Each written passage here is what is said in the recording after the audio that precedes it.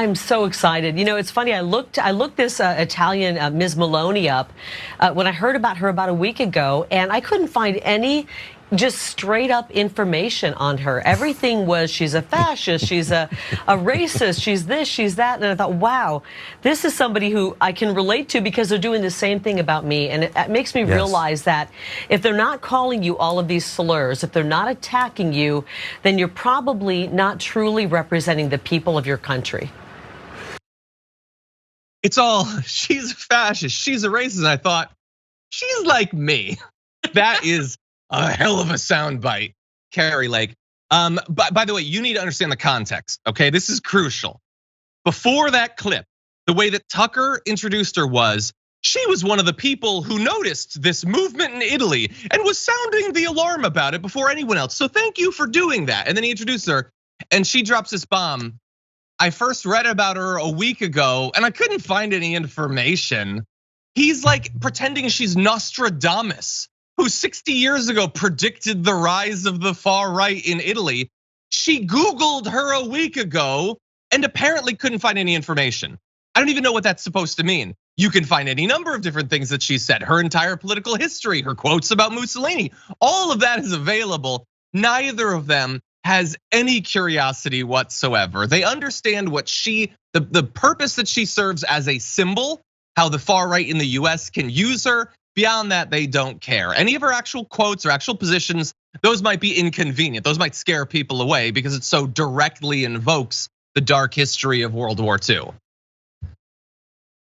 It was just so crazy that she admitted that she just Googled her for the first time.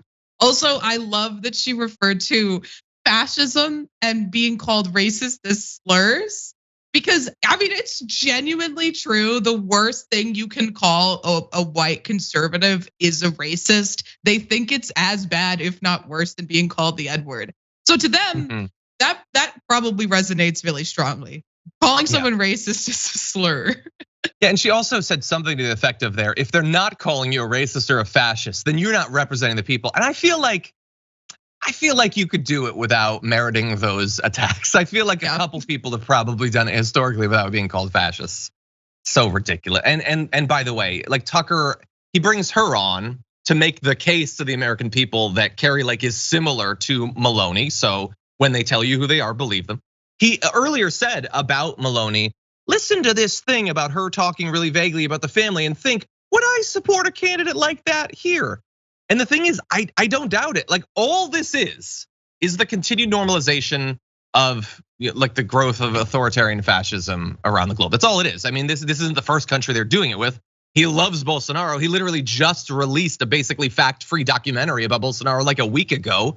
He obviously loves Orban. They're telling us who they are. I don't know how much clearer they can possibly make it about where they see their place politically, what ideological tradition it's in, who they see as their natural allies. But don't you dare call them semi-fascist, Dark Brandon, okay? That would be crossing the line.